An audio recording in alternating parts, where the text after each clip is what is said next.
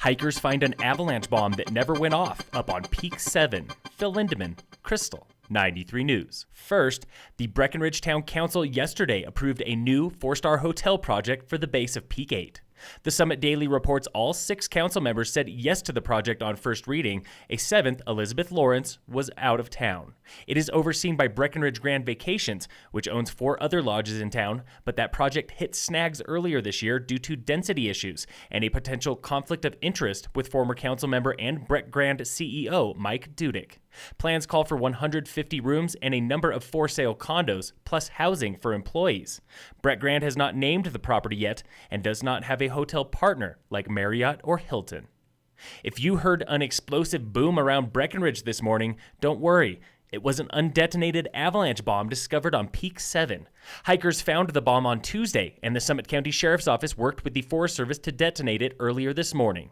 Undetonated ordnance is uncommon, but not unheard of. The Sheriff's Office reminds hikers to never touch an avi bomb and report it if found immediately.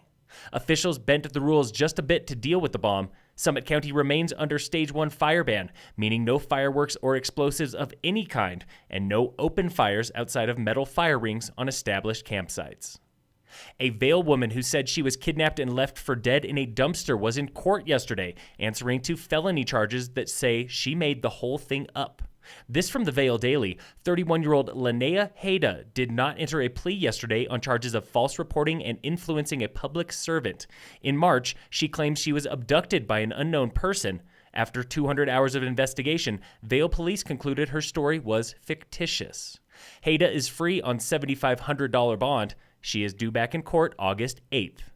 Today in wildfire news, a fire outside of Fort Garland in southern Colorado damaged several structures yesterday.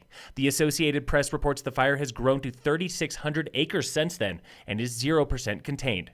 It's burning on the edge of the Sangre de Cristo Mountains, where 350 homes have been evacuated. Outside of Durango, crews are praying for rain and no growth on 2 fires, which have burned nearly 39,000 acres since June 1st.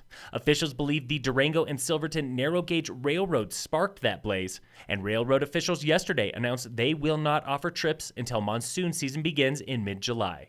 The railroad suspended all coal-fired engine trips when the fires started.